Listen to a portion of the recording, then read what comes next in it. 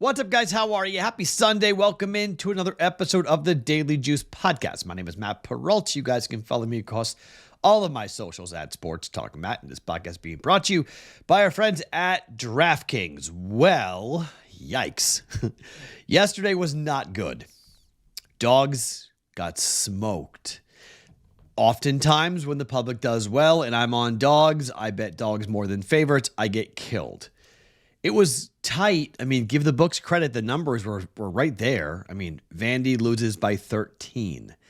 Alabama, Texas. I mean, we're talking about one score, right? One score difference between covering and not. The bad bet, Ohio State, Michigan, that game came nowhere near going over. That was a dead under game. 13-10 final for Michigan. But the bummer, I would have taken a 3-in-1 day. Didn't happen. The saving grace, and this is...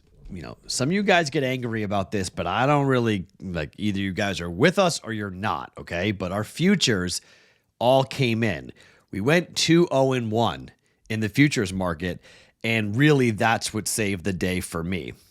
Auburn, no. Vandy, no. Texas A&M, no. Ohio State, Michigan, no. However, Iowa State over, yes. Over 9.5 wins for Miami. Yes, Iowa goes and gets 8 wins. 8-4 Ferentz comes in again. 2-0-1 on our futures. 0-4. If you took the extra play from the live chat on Saturday morning, I gave you Arizona State minus 8. That came in, that cashed. So overall for me, I had a winning day. Okay, this is one of the things I talk about a lot.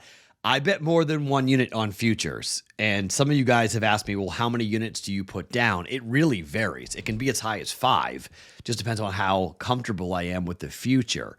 So that just depends upon however long you want your money wrapped up. Like on the Iowa State future, I had 5 units on the Iowa State future. I had 4 units on the Iowa future. That pushed. I had 3 units on the future for Miami. I also have a personal play on Miami to make the playoffs. That's probably dead. I put 1 unit down on that at plus 250. I think I got that, or 240. I got that at. So that's probably dead. But I put more money down than 1 unit. I just use it for accounting purposes and for the show's sake. I just go ahead and say it's 1 unit. But I had a winning day yesterday. So I'm excited to go into Sunday. A lot of you guys are angry. I got my first death threat. That was fun. On Instagram. I appreciate the guy who did that. That was cool. I got the guy who told me that I hope your girlfriend leaves you.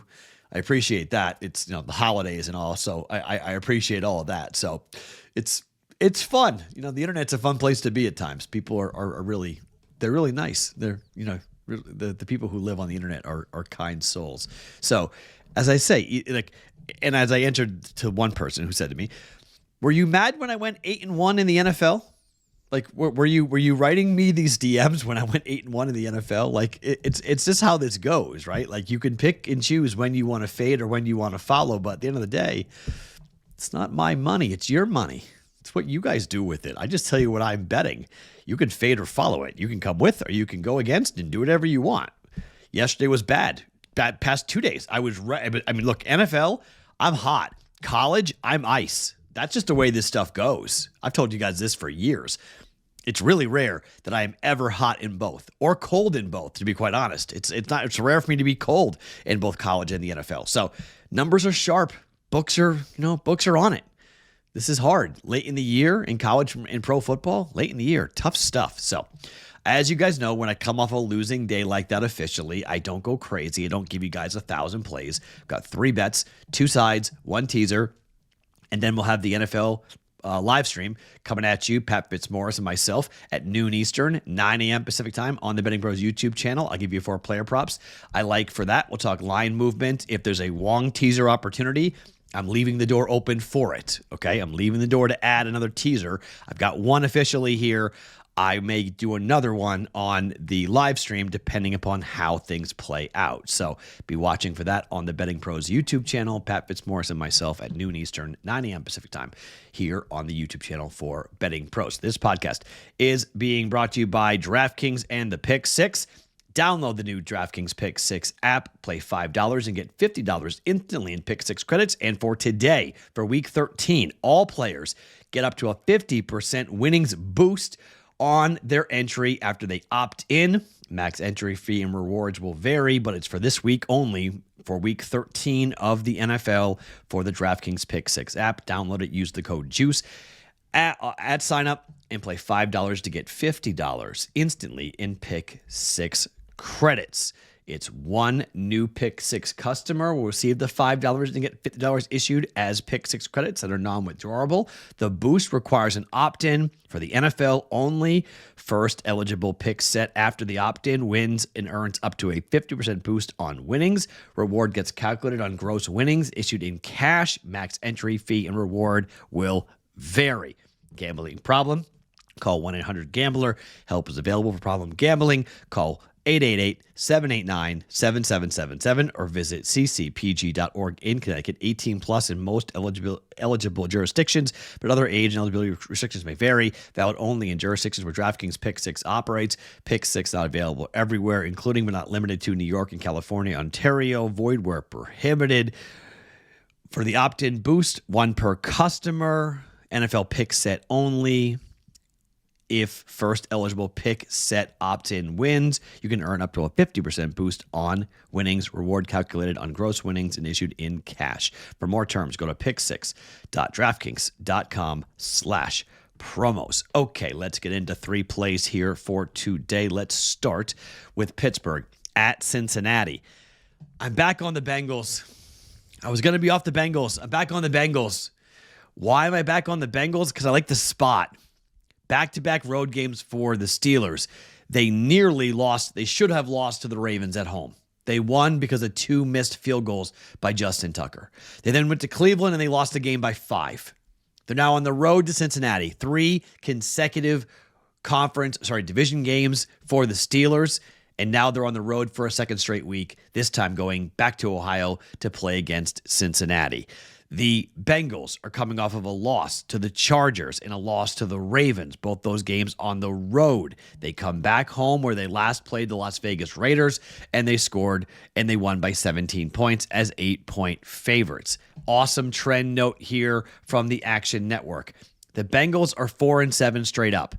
They're a favorite against an 8-3 straight-up Steelers team. This is just the 5th time in the wild card era a team with a winning percentage of 37% or less is a favorite against a team with a winning percentage of 72% or more in the month of December or later. It's the first time since 2017 that it has happened.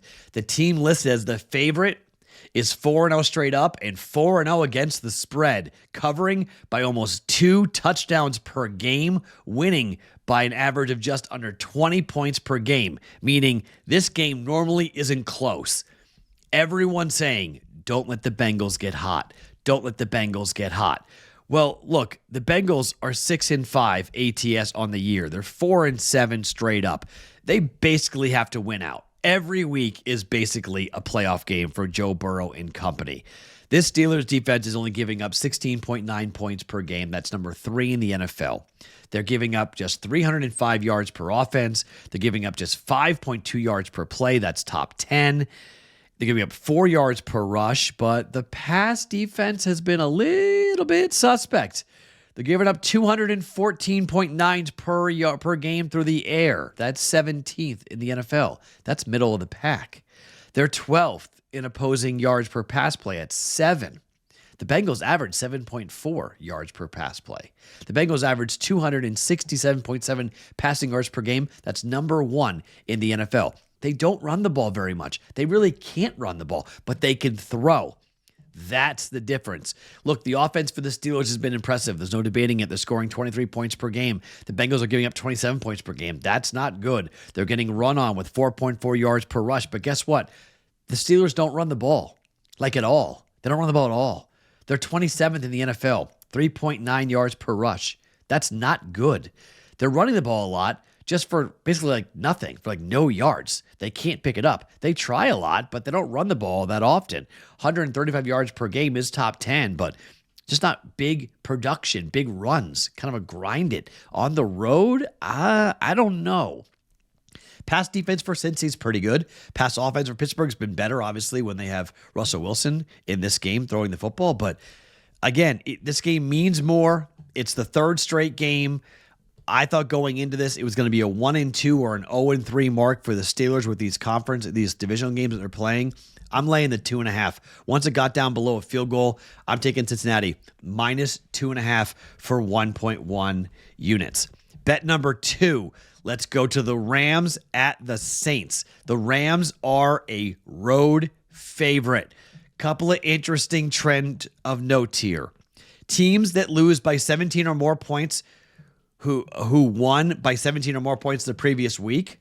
So blowout win, blowout loss. The next week, they're 114-79 ATS. That's 59% over the last 20 years. 60% basically covering when they come back the next week afterwards. This is going to be wild. Derek Carr, the Saints are off for a bye, which is weird, right? Normally, bet the team off a bye. But Derek Carr is 3-7 straight up and 4-6 against the number coming off of a full bye in his career. Since 2017, after a full bye, Derek Carr is 1-6 straight up and 1-6 against the number.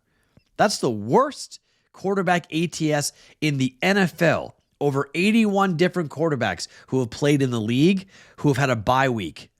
Something funky happens with Derek Carr in the bye for whatever reason. On top of the fact that he has really done poorly against defenses that allow a lot of points. And the Rams allow a lot of points. Defense is allowing 21 more points per game on the year. He's 37-60-3 ATS. 37-60-3. Like, what the heck? Of the 269 quarterbacks the Action Network ran with their Bet Labs database over the last 20 years, Carr is the least profitable quarterback ATS in this spot. Like 269. Derek Carr's in dead last place. Just not good. He's good against defenses that are good. He's profitable when it's going to be a low-scoring, tight football game. When it might be wide open, not good at all. On top of the fact that Derek Carr has faced Sean McVay 3 times in his career, 0-3 ATS. He's failed to cover by over 8 points. Of the 68 head coaches that Carr has faced, he's not 0-4 or worse against any of them. Carr is only averaging 17 points per game against Sean McVay. It's unbelievable. On top of the fact that Sean McVay is one of the best coaches on short rest. Now, it's not a short rest game in terms of this one, but McVay has had a night game and then played on the road 15-6 straight up in those games. 15-6. McVay and Stafford together, they're 27-9 straight up when they're listed as favorites and just 6-15 straight up when they're listed as dogs. Look at Rams are on the road. I hate laying points on the road. The Rams are 4-7 ATS on the year. They're 2-3 on the road this year. 3-3 New Orleans. New Orleans goes into the bye with 2 straight wins at home. This is a rested team. They played home game, bye week, now a home game. They're rested. I get why everybody likes New Orleans. But again, this is a Rams team. Their backs are against the wall. And I just think Matthew Stafford, when he has Puka Nacua and he has the offense that he has right now, if they hang on to the football and they catch the football, I think they should be able to move the ball and score here on New Orleans. Their defense is giving up nearly 24 points per game. Their offense is scoring about 24 points per game as well. The Rams defense has been giving up 25 points per game, which is not great. 5.8 yards per rush, which is 28th. Per play, rather. 4.6 yards per rush is 21st. 8.2 yards per pass play is 31st in the NFL. This defense needs to play better. This game is probably a shootout. This game is probably going over with all those stats. Give me Sean McVay and the Rams against Derek Carr. This is more of a fade on Carr than anything else. Rams minus 2.5 for 1.1 units. And the teaser of the week, we are going to go and take a look at a couple of dogs. The Falcons are 1-point dogs at home. Falcons +1. Chargers lost to the Ravens last week. Harbaugh's teams are 14-8 straight up after a loss. Okay? They bounce back. There's no debating it.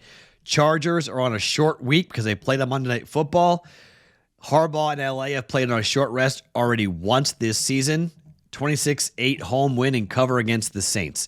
As an NFL head coach, Harbaugh is 7-4 straight up, but 4-6 and entered the year just 3-6 on this spot as the NFL head coach.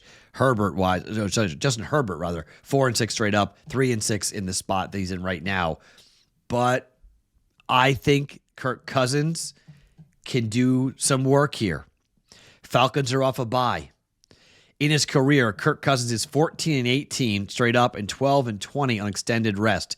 His 12-20 ATS mark is pretty bad. 228th out of 230 quarterbacks in the last 20 years. That's just ahead of Tony Romo and Phillip Rivers. However, in the 1 p.m. window, 61, 35-1 straight up as a quarterback in the NFL. After 1 p.m., 22-40 straight up. Don't need the Falcons to win the game, but I'm teasing them up to +7. Home dog against a Chargers offense. Doesn't really blow anybody out. Falcons +7. On the other side, look, I think this game's going to be fascinating. The Bucs are on the road at the Panthers. Baker Mayfield, as a dog, he's tremendous. As a favorite, not great. Baker Mayfield, 31-25 as an underdog in the NFL, but just 17, 27-1 against the number as a favorite in his career. When he's facing a divisional opponent, he's 9-8 ATS as a dog, 5-12 ATS as a favorite. That's crazy. Baker is 2-10 ATS in his last 12 divisional games as a favorite, winning his last 2, however, including one this year being ATS. But his first start in 2018, since his first start in 2018, he's the second least profitable quarterback as a favorite against a divisional opponent, just ahead of Russell Wilson, who is playing as a dog, but against Cincinnati, and we're fading Russell Wilson. On the road, Baker is much different. Baker, 12-3 ATS on the road since the start of last year. He's been tremendous. So look, the number was 7. It went to 6. The Panthers have covered their last 2 games. Bryce Young has been okay. Bryce Young in his last 2 starts against the Bucs, the offense led by Bryce Young has scored just 3 points in the first half in both those games. They need to get off to a very good start. Watch for that. The Panthers are dogs. They're 11 games away from tying the modern record for consecutive games as an underdog with the 2007-10 Rams, who did so in 43 straight games. 32 consecutive games as an underdog, including being an underdog in 41 of the last 42 games. Carolina was favored in Week 15 against the Steelers in 2022. That was the last time. They've lost 9 straight games ATS as a favorite, while every other team has had at least 3 covers as a favorite since October 1st of 2021. This is a streak for the Panthers. 3 straight games since 2013. Teams with a win percentage below 30% on a 3+ game ATS win streak, just 11-18-1 ATS. So here's what I'm going to do. I'm going to give them 12 points, not 6, but 12.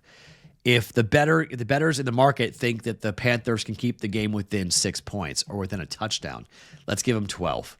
Let's tease it up for 1.2 units. Panthers at home plus 12. All right, so the plays for today, Rams -2.5 on the road against the Saints for 1.1 units.